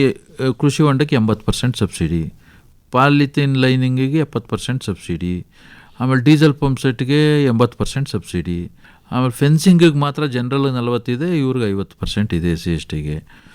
ಆಮೇಲೆ ಸ್ಪ್ರಿಂಕ್ಲರ್ಗೆ ಎಲ್ರಿಗೂ 90% ಇದೆ, ಬದು ನಿರ್ಮಾಣಕ್ಕೆ 80% ಇದೆ. ಈ ರೀತಿ ಸಾಕಷ್ಟು ಅನುಕೂಲ ಇದೆ ಇದರಿಂದ. ಇದನ್ನು ರೈತರು ಮುಂದೆ ಬಂದು ಯಾರು ಒಣ ಪ್ರದೇಶ ಭೂಮಿಯನ್ನು ಹೊಂದಿರ್ತಾರೆ ಅಂಥ ರೈತರು ಮಾಡ್ಕೊಳ್ಳೋದು ಬಹಳ ಒಳ್ಳೆಯದು ಅಂತ ನನ್ನ ಅನಿಸಿಕೆ. ಮುಂಗಾರು ಬೆಳೆ ಉತ್ಪಾದನೆ ಅಂತಿದ್ದಂಗೆ ಇಲಾಖೆಯ ಬಹುದೊಡ್ಡ ಜವಾಬ್ದಾರಿ ಬರೋದು ರಸಗೊಬ್ಬರದ ಒಂದು ವಿತರಣೆ. ಹೌದು. ಈ ಬಾರಿ ಏನು ಕ್ರಮವನ್ನು ಇಲಾಖೆ ವಹಿಸಿದೆ ಸರ್? ನೋಡಿ, ರಸಗೊಬ್ಬರ ಈ ಸಲ ಹೆಂಗಿರುತ್ತೆ ಅಂದರೆ ಬೇರೆವೆಲ್ಲ ಏನು ಸಮಸ್ಯೆ ಆಗಲ್ಲ, ಕಾಂಪ್ಲೆಕ್ಸ್ಗಳು ಇವೆಲ್ಲ. ಯೂರಿಯಾ ಮತ್ತು DAPಗೆ ಹ್ಯಾಂಡ್ ಟು ಮೌತ್ ಆಗುತ್ತೆ, ಅಂದರೆ ಅಲ್ಲಿಂದ ತಗೊಂಡು ಅಲ್ಲಿ ಉಪಯೋಗಿಸ್ಬೇಕಷ್ಟೇ, ಬೇಡಿಕೆ ಇದ್ದಷ್ಟು. ಬಟ್ ನಮ್ಮ ಕೆಲವೊಂದಿಷ್ಟು ರೈತರು ಯೂರಿಯಾ ವಿಷಯದಲ್ಲಿ ಅದು ದರದ ಪ್ರಭಾವನೋ ಏನೋ ಅದನ್ನು ಸ್ವಲ್ಪ ಯಥೇಚ್ಛವಾಗಿ ಬಳಸ್ತಾ ಇದ್ದಾರೆ. ಅದನ್ನು ನಾನು ನಮ್ಮ ರೈತ ಬಾಂಧವರಲ್ಲಿ ರಿಕ್ವೆಸ್ಟ್ ಮಾಡೋದೇನೆಂದರೆ, ದಯವಿಟ್ಟು ಯೂರಿಯಾ ಅದು ದರ ಕಡಿಮೆ ಇರ್ಬೋದು, ಬಟ್ ಆದರೆ ಅದನ್ನು ಎಷ್ಟು ಬೆಳೆಸಬೇಕೋ ಅಷ್ಟೇ ಬೆಳೆಸಿದ್ರೆ ಒಳ್ಳೆಯದು. ಯಾಕೆಂದರೆ ಅದು ಕೇವಲ ನಿಮಗೆ ಬಳಕೆಯಿಂದ ದುಡ್ಡು ಉಳಿತದೆ ಅಂತ ಹೇಳೋದು ಅಷ್ಟೇ ಅಲ್ಲ, ಮಣ್ಣಿನ ಆರೋಗ್ಯ, ಮನುಷ್ಯನ ಆರೋಗ್ಯ, ವಾತಾವರಣದ ಆರೋಗ್ಯ ಎಲ್ಲದರ ಮೇಲೂ ಪರಿಣಾಮವನ್ನು ಬೀರ್ತದೆ. ವಿವೇಚನಾರಹಿತವಾಗಿ ಬಳಕೆ ಮಾಡಿದ್ರೆ ಯಾವುದೇ ರಸಗೊಬ್ಬರವನ್ನು, ಅದರಲ್ಲೂ ಪ್ರಮುಖವಾಗಿ ಯೂರಿಯಾ ರಸಗೊಬ್ಬರವನ್ನು, ಇದರ ಪರಿಣಾಮ ತೀವ್ರತರವಾಗಿ ಇರ್ತದೆ. ಆದ್ದರಿಂದ ನಾನೇ ರಿಕ್ವೆಸ್ಟ್ ಮಾಡೋದೇನೆಂದರೆ ರೈತ ಬಾಂಧವರಿಗೆ, ಯೂರಿಯಾ ರಸಗೊಬ್ಬರವನ್ನು ಆದಷ್ಟು ಹಿತಮಿತವಾಗಿ ನಿಮ್ಗೆ ಅವಶ್ಯಕತೆ ಎಷ್ಟು ನಾವು ರೆಕಮೆಂಡೇಷನ್ ಕೊಡ್ತಾಯಿದ್ದೀವಿ. ನೋಡಿ, ಈ ಸಲ ಏನು ಮಾಡಿದ್ದೀವಿ, ಮೋಸ್ಟ್ಲಿ ಇವತ್ತು ನಾಳೆಲ್ಲಿ ಹೋಗ್ತದೆ ಎಲ್ಲ ಡೀಲರ್ಸ್ಗೆ. ಜಿಲ್ಲೆಯ ಪ್ರತಿಯೊಬ್ಬ ಡೀಲರ್ ಶಾಪ್ಗೆಲ್ಲಿ ಯಾರು ರಸಗೊಬ್ಬರವನ್ನು ಮಾರಾಟ ಮಾಡ್ತಾನೆ ಆತನಿಗೆ ಕೃಷಿ ಬೆಳೆಗಳಿಗೆ ಯಾವ ರಸಗೊಬ್ಬರವನ್ನು ಎಷ್ಟು ಪ್ರಮಾಣದಲ್ಲಿ ಹಾಕಬೇಕು ಅನ್ನುವಂಥ ಒಂದು ಚಾರ್ಟನ್ನು ಮಾಡಿಸಿದ್ದೀವಿ. ಜಿಲ್ಲಾಧಿಕಾರಿಗಳು ಮೀಟಿಂಗ್ ಮಾಡಿದ್ರು, ಹೇಳಿದರು. ಹಂಗಾಗಿ ಅದನ್ನು ರೆಡಿ ಮಾಡಿಸಿ ಸಿದ್ಧಪಡಿಸಿ ಪ್ರಿಂಟ್ ಮಾಡಿಸಿದ್ದೀವಿ. ಸುಮಾರು 1156 ಜನ ಡೀಲರ್ ಇದ್ದಾರೆ. ಅದರಲ್ಲಿ ಫರ್ಟಿಲೈಸರ್ನವ್ರು ಎಷ್ಟು 900 ಏನೋ ಇದ್ದಾರೆ. ಅಷ್ಟು ಜನ ಡೀಲರ್ಗೆ, ಅಷ್ಟು ಶಾಪ್ಗೆ ಕೃಷಿ ಬೆಳೆಗಳು ಪ್ರಮುಖವಾಗಿ ನಮ್ಮ ಜಿಲ್ಲೆಗೆ ಸಂಬಂಧಪಟ್ಟಂಗೆ ಭತ್ತ, ರಾಗಿ, ಮುಸ್ಕಿನ ಜೋಳ, ಹತ್ತಿ, ತಂಬಾಕು, ಕಬ್ಬು, ಹೆಸರು, ಉದ್ದು, ಅಲಸಂದೆ, ಈ ಬೆಳೆಗಳಿಗೆ ಏನು ಒಂದು ಕಾಂಬಿನೇಷನ್ ಅಲ್ಲ, ನಾವು ಒಂದು ಹೇಳಿದ್ರೆ ಅವ್ರಿಗೆ ತಪ್ಪಾಗ್ತದೆ. ಈಗ urea, single super phosphate, potash ಇಷ್ಟಿಷ್ಟು ಹಾಕಿ ಅಂದರೆ ಅವು ಸಿಗಬೇಕಲ್ಲ. ಅದಕ್ಕೆ ಏನು ಮಾಡಿದ್ದೀವಿ, ಒಂದು ಬೆಳೆಗೆ 6-7 ಕಾಂಬಿನೇಷನ್ಗಳು, 6-7 ಕಾಂಬಿನೇಷನ್ಗಳು. ಅವುಗಳನ್ನು ಅವ್ರಿಗೆ NPK ಹೇಳಿದ್ರೆ ಅರ್ಥ ಆಗಲ್ಲ. 10, 20, 30 NPK ಹಾಕೇನ್ರಿ ಯಾರು ನಮ್ಮ ಕೆಲವರು ತಿಳುವಳಿಕೆ ಉಳ್ಳವ್ರಿಗೆ ಅರ್ಥ ಆಗಲ್ಲ, ರೈತ ಬಾಂಧವರಿಗೆ ಕಷ್ಟ ಆಗ್ತದೆ. ಅದಕ್ಕೆ ನಾವೇನು ಮಾಡಿದ್ದೀವಿ, ಯೂರಿಯಾ ಎಷ್ಟು kg ಹಾಕಬೇಕು, DAP ಎಷ್ಟು kg ಹಾಕಬೇಕು, ಪೊಟ್ಯಾಶ್ ಎಷ್ಟು kg ಹಾಕಬೇಕು, 17 ಎಷ್ಟು kg ಹಾಕಬೇಕು, 19 ಹೋದರೆ ಎಷ್ಟು kg ಹಾಕಬೇಕು, 10, 26 ಹೋದರೆ ಎಷ್ಟು kg ಹಾಕಬೇಕು, ಕಾಂಬಿನೇಷನ್. ಈ ರೀತಿ 6-7 ಕಾಂಬಿನೇಷನ್ಸ್ ಮಾಡಿ ಆ ಪಟ್ಟಿಯನ್ನು ಇನ್ನು 1-2 ದಿವಸದಲ್ಲಿ ರೆಡಿ ಮಾಡಿಸಿದ್ದೀವಿ, ಪ್ರಿಂಟ್ ಆಗಿದೆ. ಎಲ್ಲ ಡೀಲರ್ಗಳ ಹತ್ರ ಇರೋ ಹಾಗೆ ಮಾಡ್ತಾಯಿದ್ದೀವಿ. ಸೊ ಇದಕ್ಕೆ ರೈತರು ಕೂಡ ಸ್ವಲ್ಪ ಸಹಕರಿಸ್ಬೇಕು. ಯಾಕೆಂದರೆ ಅಂಗಡಿಯವನು ಇಷ್ಟು ಹೇಳ್ತಾ ಇದ್ದಾನೆ ಅಂದಾಗ ಇಲ್ಲ ನನಗೆ ಇಷ್ಟು ಕೊಡು ಅಷ್ಟು ಕೊಡು ಅನ್ನೋದನ್ನು ಮಾಡಬಾರ್ದು. ದಯವಿಟ್ಟು ನನ್ನ ಮನವಿ ಇದು. ನಿಮಗೂ ದುಡ್ಡು ಖರ್ಚು ವೆಚ್ಚ ಜಾಸ್ತಿ ಆಗುತ್ತೆ. ನಿಮಗೆ ಗೊತ್ತಿಲ್ಲದೇನೋ ಜಾಸ್ತಿ ಹಾಕಿದಂಥ ಸಂದರ್ಭದಲ್ಲಿ ವೆಚ್ಚ ಏನು ಉತ್ಪಾದನಾ ವೆಚ್ಚ ಕೂಡ ಹೆಚ್ಚಾಗುತ್ತೆ. ಆವಾಗ ಆಟೋಮೆಟಿಕ್ಕಾಗಿ ಲಾಭದ ಅಂಶ ಕಡಿಮೆ ಆಗ್ತದೆ. ಮಧ್ಯಪ್ರಾಚ್ಯ ಯುದ್ಧದ ಒಂದು ಬಿಕ್ಕಟ್ಟೇನಿರೋದ್ರಿಂದ ಯೂರಿಯಾ ಕೊರತೆ ಉಂಟಾಗುತ್ತೆ ಅಂತ ಬಹುತೇಕ ಮಾಧ್ಯಮಗಳು ಹೇಳ್ತಾ ಇದ್ದಾವೆ. ಈಗ ಏನಾಗಿದೆ ಅದು ನಿಜ ಕೂಡ. ಸದ್ಯಕ್ಕೆ ನಮ್ಮ ಹತ್ರ ಕೊರತೆ ಇಲ್ಲ. ನಮಗೆ ಎಷ್ಟು ಬೇಕೋ ಇನ್ನೂ ಮುಂದಿನ ತಿಂಗಳಿಗಾಗುವಷ್ಟು ಇದೆ, ಇನ್ನೂ 1-2 ತಿಂಗಳಿಗಾಗುವಷ್ಟು ದಾಸ್ತಾನಿದೆ, ಬರ್ತಾ ಇರ್ತದೆ. ಏನಂದರೆ ಮೊದಲಂಗೆ ಯಥೇಚ್ಛವಾಗಿ ಬಳಕೆ ಮಾಡ್ತಕ್ಕಂಥದ್ದು. ಆಮೇಲೆ ಪ್ಯಾನಿಕ್ಕು ಆಗೋದು ಬೇಡ. ರೈತ ಬಾಂಧವರು ಏನೋ ಹಿಂಗೆ ಯೂರಿಯಾ ಸಿಗಲ್ವಂತೆ ತೆಗೆದಿಟ್ಕೊಬಿಡೋಣ, ಅದೆಲ್ಲ ಮಾಡಬಾರ್ದು. ಆಮೇಲೆ ಈ ಸಲ ನಾವು ಏನು ಕ್ರಮ ತಗೊಳ್ತಾ ಇದ್ದೀವಿ ಅಂದರೆ, ಯಾವುದೇ ರೈತನ ಹತ್ರ ಆದ್ರೂ ಹೆಚ್ಚು ಗೊಬ್ಬರಗಳೇನಾರು ಕಂಡು ಬಂದರೆ 50 ಮೂಟೆ 100 ಮೂಟೆ ಹಿಂಗೆ ಯಾರು ಶೇಖರಣೆ ಮಾಡಿ ಇಟ್ಕೊಂಡಿದ್ರೆ ಅವ್ರ ಮೇಲೂ ಕಾನೂನು ಕ್ರಮ ತಗೊಳ್ತೀವಿ. ಯಾಕೆಂದರೆ ಈ ಸಲ ಹೆಂಗಿದೆ ಸಿಚುಯೇಷನ್ ಅಂದರೆ ಕೊರತೆ ಆಗಲ್ಲ, ಬಟ್ ಆ ಕೊರತೆ ಆಗೋಂಗೆ ನಾವು ಮಾಡ್ಕೋಬಾರ್ದು. ಆ ರೀತಿ ಇದೆ ಪರಿಸ್ಥಿತಿ. ನಿಮ್ಮ ಬೆಳೆಗೆ ಎಷ್ಟು ಬೇಕೋ ಅಷ್ಟು ಲಭ್ಯ ಆಗುತ್ತೆ. ಆಯಿತಾ. ಬಟ್ ಅದನ್ನು ಪ್ಯಾನಿಕ್ಕಾಗಿ ಹೋಗಿ ಬೈ ಮಾಡ್ತಕ್ಕಂಥದ್ದು, ಯಾರೋ ಒಬ್ಬರ ಹತ್ರ ಶೇಖರಣೆ ಆಗ್ತಕ್ಕಂಥದ್ದು, ಆ ರೀತಿ ಆದಂಥ ಸಂದರ್ಭದಲ್ಲಿ ಆವಾಗ ಶಾರ್ಟೇಜ್ ಆಗ್ತದೆ. ಅದಕ್ಕೆ ಅವಕಾಶ ಕೊಡಬಾರ್ದು ರೈತ ಬಾಂಧವರು ಕೂಡ. ಎಲ್ಲರೂ ಆ ರೀತಿ ಅಂತ ನಾನು ಹೇಳ್ತಾರೆ. ಅಂಥ ಗಮನಕ್ಕೆ ಬಂದರೆ ರೈತ ಬಾಂಧವ್ರಿಗೆ ನಮಗೆ ಖಂಡಿತ ನಮ್ಮ ಗಮನಕ್ಕೆ ತನ್ನಿ, ತಾಲೂಕು ಸಹಾಯಕ ಕೃಷಿ ನಿರ್ದೇಶಕರ ಗಮನಕ್ಕೆ ತನ್ನಿ. ಈ ವಿಷಯದಲ್ಲಿ ಇನ್ನೊಂದು ಹೇಳಬೇಕು, ಏನಂದರೆ ಈ ಯೂರಿಯಾ ಇಂಡಸ್ಟ್ರಿಯಲ್ ಯೂಸ್ಗೆ ನಮ್ಮ ಜಿಲ್ಲೆಯಲ್ಲಿ ಕೆಲವೊಂದು ನಾನ್ ಅಗ್ರಿಕಲ್ಚರ್ ಪರ್ಪಸ್, ಕೃಷಿಯೇತರ ಬಳಕೆಗೆ ಉದ್ದೇಶಕ್ಕೆ, ಕೈಗಾರಿಕಾ ಉದ್ದೇಶ, ಅದು 3,500-4,000 ಇರ್ತದೆ ಒಂದು ಬ್ಯಾಗು, ಟೆಕ್ನಿಕಲ್ ಗ್ರೇಡ್ ಅಂತೀವಿ. ಇದೇ ಯೂರಿಯಾ ಅದನ್ನು ಇವರು ಆ ರೀತಿ ಯಾರೋ ಕೆಲವರು ಸೇರ್ಕೊಂಡು ಮಾರಾಟ ಮಾಡ್ತಕ್ಕಂಥದ್ದು ಅಲ್ಲಲ್ಲಿ ಕಂಡು ಬಂತು ನಮಗೆ. ಹಿಂಗೆ ಒಂದು ಕಡೆ ರೈತ ಸಂಘದವರೇ ನಮಗೆ ಮಾಹಿತಿ ಕೊಟ್ಟರು, ಇನ್ನೊಂದು 2 ಕಡೆ ಯಾರೋ ಬೇರೆಯವ್ರು ಮಾಹಿತಿ ಕೊಟ್ಟರು. ಹೋದ ವರ್ಷ ಸುಮಾರು 97 ಮೆಟ್ರಿಕ್ ಟನ್ ರಸಗೊಬ್ಬರ, ಯೂರಿಯಾ ರಸಗೊಬ್ಬರವನ್ನು ವಶಪಡಿಸ್ಕೊಂಡಿದ್ದೀವಿ. ಅದರ ಕಾಸ್ಟೇ 47-48 ಲಕ್ಷ ಆಯಿತಾ. 3 FIRಗಳನ್ನು ಹಾಕ್ಸಿದ್ದೀವಿ. ಅರೆಸ್ಟ್ ಮಾಡಿ ಅವರು ಬೇಲ್ ಮೇಲೆ ಬಿಡುಗಡೆಯಾಗಿದ್ದಾರೆ. ಒಬ್ಬನ್ನ ಎಬಿಚುಯಲ್ ಅಫೆಂಡರ್ ಇದ್ದಾನೊಬ್ಬ, ಅವನ್ನ ಗಡಿಪಾರು ಮಾಡೋಕ್ಕೆ ಶಿಫಾರಸು ಮಾಡಿದ್ದೀನಿ ನಾನು ನಮ್ಮ ಜಿಲ್ಲಾಧಿಕಾರಿಗಳಿಗೆ. ಅವನನ್ನು ಗಡಿಪಾರು ಮಾಡಬೇಕು, ಅವನು ಎಬಿಚುಯಲ್ ಅಫೆಂಡರ್ ಇದ್ದಾನೆ, 2-3 ಸಲಿಯಿಂದ ಅವನ ಹೆಸರು ಕಂಡು ಬಂದಿದೆ 2-3 FIRನಲ್ಲಿ ಅಂತ ಹೇಳಿ. ಅದಕ್ಕೂ ಮಾನ್ಯ ಜಿಲ್ಲಾಧಿಕಾರಿಗಳು ಕ್ರಮವನ್ನು ಮಾಡ್ತೀವಿ ಅಂತ ಹೇಳಿದ್ದಾರೆ. ಸೊ ಹಂಗಾಗಿ ಎಲ್ಲರೂ, ನಮ್ಮ ಜಿಲ್ಲಾಡಳಿತ ಅಂತೂ ಸಂಪೂರ್ಣವಾಗಿ ನಮಗೆ ಸಹಕಾರವನ್ನು ಕೊಡ್ತಾ ಇದೆ. ನಮ್ಮ ಜಿಲ್ಲಾಧಿಕಾರಿಗಳು ಫರ್ಟಿಲೈಸರ್ ವಿಷಯದಲ್ಲಂತೂ ಅವರು ತುಂಬ ತೀಕ್ಷ್ಣವಾಗಿ ಕೆಲವೊಂದು ಸಭೆಗಳು ಮಾಡಿದ್ದೀವಿ ನಾವು, ಅಲ್ಲೂ ಹೇಳಿದ್ದಾರೆ. ಜಿಲ್ಲಾ ಮಟ್ಟದ ಕೃಷಿ ಪರಿಕರಗಳ ಸಂಘದ ಪದಾಧಿಕಾರಿಗಳು ಮೊದಲು ಅವ್ರ ಮುಖಾಂತರ ತಿಳುವಳಿಕೆ ಹೇಳ್ಬೇಕಲ್ಲ ಅವ್ರಿಗೆ, ಡೀಲರ್ಗಳಿಗೆ, ಅವ್ರಿಗೆಲ್ಲ ಅವರು ಮತ್ತು ಕಂಪ್ನಿ ರೆಪ್ರೆಸೆಂಟೇಟಿವ್ಸು ಈ ಲಿಂಕ್ ಮಾಡೋದು ಇದೆಲ್ಲ ಮಾಡ್ತಾರೆ. ಅದನ್ನು ಕಂಪ್ನಿಯವ್ರಿಗೆ ಏರಿಕೆ ಮಾಡಬಾರ್ದು ಅಂತೇಳಿ ಇವೆಲ್ಲ ಸಭೆ ಮಾಡಿದಂಥ ಸಂದರ್ಭದಲ್ಲಿ ಮಾನ್ಯ ಜಿಲ್ಲಾಧಿಕಾರಿಗಳು ಕಟ್ಟುನಿಟ್ಟಿನ ಒಂದು ಆದೇಶವನ್ನು ಮಾಡಿದ್ದಾರೆ. ಅಂದರೆ ತಾವು ಹೇಳೋದು ರಸಗೊಬ್ಬರದ ಕೊರತೆ ಇಲ್ಲ, ಎಷ್ಟು ಬೇಕೋ ಅಷ್ಟು ಸಿಗುತ್ತೆ, ಆದರೆ ದುರ್ಬಳಕೆ ಮಾಡ್ಕೋಬಾರ್ದು. ಹೌದು ದುರ್ಬಳಕೆ. ಆಮೇಲೆ ಇನ್ನೂ ಒಂದು ನಾನು ರಿಕ್ವೆಸ್ಟ್ ಮಾಡೋದು, ಕೆಲವೊಂದು ರೈತ ಬಾಂಧವರಿಗೆ, ನಿಮಗೆಲ್ಲರೂ ಸೂಕ್ಷ್ಮವಾಗಿ ಆ ರೀತಿ ಬರ್ತದೆ, ರೈತರು ಅಲ್ಲಲ್ಲೇ ಇರ್ತಾರಲ್ಲ, ನಮಗಿಂತ ಹೆಚ್ಚು ಸಂಖ್ಯೆ ಅವ್ರದ್ದಾನೆ ಇರೋದು. ಅವರು ಎಲ್ಲಾದರೂ ಗಮನಕ್ಕೆ ಬಂದರೆ ನಿಮ್ಮ ಹೆಸರನ್ನು ನಾವು ಗೌಪ್ಯವಾಗಿಡ್ತೀವಿ, ನೀವು ಅಲ್ಲಿ ಅಂಥವರು ನಿಮ್ಗೆ ಗೊತ್ತಿರೋರೇ ಇರ್ಬೋದು ಆ ವ್ಯಕ್ತಿಗಳು, ಅವರ ಒಂದು ಸ್ವಲ್ಪ ನಮಗೆ ಇಂಟನ್ನು ಕ್ಲೂವನ್ನು ಕೊಟ್ಟರೆ ಖಂಡಿತ ನಾವು ಕ್ರಮ ತಗೊಳ್ತೀವಿ. ಅಂದರೆ ಈಗ ಹೆಚ್ಚಿನ ಬೆಲೆಗೂ ಕೂಡ ಮಾರಾಟ ಮಾಡೋಕ್ಕೆ ಬರಲ್ಲ ಗೊಬ್ಬರನ. ಯೂರಿಯಾ MRP ತುಂಬ ದಿವಸದಿಂದ ರಿವೈಸ್ ಆಗಿಲ್ಲ, ಆಗಬೇಕದೊಂದು, ಬಟ್ ಯಾವಾಗ ಆಗ್ತದೋ ಗೊತ್ತಿಲ್ಲ. DAP ಮತ್ತು ಯೂರಿಯಾ MRP ನಿರ್ಧರಿಸ್ತಕ್ಕಂಥದ್ದು ಕೇಂದ್ರ ಸರ್ಕಾರ, ಬಟ್ ಬೇರೆ ಎಲ್ಲ ರಸಗೊಬ್ಬರಗಳನ್ನು ಅದೇ ಕಂಪನಿಗಳು ನಿರ್ಧಾರ ಮಾಡ್ತವೆ. ಒಂದೊಂದು ಕಂಪ್ನಿಗಿಂತ ಒಂದೊಂದು ಕಂಪ್ನಿಗೆ ವೇರಿ ಆಗುತ್ತೆ. ಬಟ್ ಅವೆಲ್ಲನೂ ಸ್ವಲ್ಪ ಮೊನ್ನೆ ಬೆಲೆ ಏರಿಕೆ ಆಗಿದ್ದಾವೆ ಕೆಲವೊಂದು. ಬಟ್ ಅದು ಬಿಕಾಸ್ ಆಫ್ ನೀವು ಹೇಳ್ದಂಗೆ ಮಧ್ಯಪ್ರಾಚ್ಯದ ಯುದ್ಧದಿಂದ ಈ ಒಂದು ರಾ ಮೆಟೀರಿಯಲ್ ಏನಿದೆ, ಯೂರಿಯಾಗೆ ರಾ ಮೆಟೀರಿಯಲ್ ಇರ್ಬೋದು, ಬಟ್ ಯೂರಿಯಾ DAP ಹೆಚ್ಚಿಸೋಕ್ಕಾಗಲ್ಲ, ಯಾಕೆಂದರೆ ಕೇಂದ್ರ ಸರ್ಕಾರದ ಕಂಟ್ರೋಲಲ್ಲಿರೋದ್ರಿಂದ ಅವ್ರು ಹೆಚ್ಚಿಸಿದ್ರಷ್ಟೇ ಹೆಚ್ಚಿಸಬೇಕು. ಇವು ಬೇರೆಯವ್ರಿಗೆ ಏನಾಗುತ್ತೆ, ಕಂಪ್ನಿಯವರು ಅಂಡರ್ ಕಂಟ್ರೋಲ್ ಇರ್ತದೆ, ಅವರು ಅಲ್ಲಿ ಬೆಲೆ ಹೆಚ್ಚಾದಂಗೆ ಹೆಚ್ಚು ಮಾಡಿಬಿಡ್ತಾರೆ. ಸರ್, ಮುಂಗಾರಿಗೆ ಮತ್ತೊಂದು ಪ್ರಮುಖವಾದಂತಹ ಇನ್ಪುಟ್ ಅಂದರೆ ಬಿತ್ತನೆ ಬೀಜ. ಇದ್ರ ಬಗ್ಗೆ ಯಾವ ರೀತಿ ಗಮನ ಹರಿಸಿದ್ರಿ? ನೋಡಿ, ನಮಗೆ ಬಿತ್ತನೆ ಬೀಜಕ್ಕೆ ನಾವು ಯಾವುದೇ ಕೊರತೆ ಆಗದಂಗೆ ಹೋದ ವರ್ಷನೂ ನಿರ್ವಹಣೆ ಮಾಡಿದ್ದೀವಿ, ಈ ವರ್ಷನೂ ಮಾಡ್ತಾಯಿದ್ದೀವಿ. ಬೇರೆ ಕೆಲವೊಂದು ರಾಜ್ಯದ ಕೆಲವೊಂದು ಭಾಗಗಳಲ್ಲಿ ಲಾಸ್ಟ್ ಇಯರು ಯೂರಿಯಾ ಸಮಸ್ಯೆ ಆಯಿತು. ಬಟ್ ನಾವು ಮೈಸೂರಲ್ಲಿ ನಮ್ಮ ಜಿಲ್ಲಾಡಳಿತದ ಸಹಕಾರದಿಂದ ಮತ್ತು ನನ್ನ ಇಲಾಖೆಯ ಮಿತ್ರರಿಂದ ನಾವು ಸಾಕಷ್ಟು ಎಚ್ಚರಿಕೆಯನ್ನು ವಹಿಸಿ ನಮ್ಮಲ್ಲಿ ಯಾವುದೂ ಸಮಸ್ಯೆಗಳು ಬರದಂಗೆ ನಾವು ನಿರ್ವಹಣೆ ಮಾಡಿದ್ವಿ. ಈವನ್ ಬಿತ್ತನೆ ಬೀಜಕ್ಕೂ ಕೂಡ ಅಷ್ಟೇ. ಈಗ ನೋಡಿ, ಹೋದ ಸಲ ಸುಮಾರು 10,000 ಕ್ವಿಂಟಲ್ ಬಿತ್ತನೆ ಬೀಜ ವಿತರಣೆಯಾಗಿದೆ. ಸುಮಾರು 1,15,000 ರೈತರು ಅದರ ಸದುಪಯೋಗವನ್ನು ಪಡೆದುಕೊಂಡಿದ್ದಾರೆ ಕಳೆದ ವರ್ಷ. ಈ ವರ್ಷ ಸುಮಾರು ಈಗ ಸೀಸನ್ನು ಸ್ವಲ್ಪ ಕುಂಟುತ್ತಾ ಆರಂಭ ಆಗಿರೋದ್ರಿಂದ ಈ ಸಲ ಏನಾಗಿದೆ, ಸುಮಾರು ಒಂದು 18,000 ರೈತರು ಇದುವರೆಗೆ 1,052 ಕ್ವಿಂಟಾಲ್ ಬಿತ್ತನೆ ಬೀಜವನ್ನು ಪಡೆದುಕೊಂಡಿದ್ದಾರೆ. ಇನ್ನೂ ನಮ್ಮ ರೈತ ಸಂಪರ್ಕ ಕೇಂದ್ರಗಳಲ್ಲಿ 1,055 ಕ್ವಿಂಟಾಲ್ ದಾಸ್ತಾನಿದೆ. ಇದು ರೈತ ಸಂಪರ್ಕ ಕೇಂದ್ರಗಳಲ್ಲಿ. ನಮ್ಮ ಬಿತ್ತನೆ ಬೀಜ ಬದಲಿಕೆ ಆಧಾರದಂತೆ ನಮ್ಮ ಬೇಡಿಕೆ ತಗೊಳ್ಳೋದಾದರೆ 31,000 ಕ್ವಿಂಟಾಲ್ ಬೇಕು ಎಲ್ಲ ಬೆಳೆಗಳದು. ಬಟ್ ಅಷ್ಟು ಹೋಗಲ್ಲ, ಅಷ್ಟು ರೈತರು ಎಲ್ಲರೂ ಬಳಕೆ ಮಾಡಲ್ಲ. ಒಂದು 9,000-10,000 ಕ್ವಿಂಟಾಲ್ ಬಿತ್ತನೆ ಬೀಜ ಸೇಲ್ ಆಗುತ್ತೆ.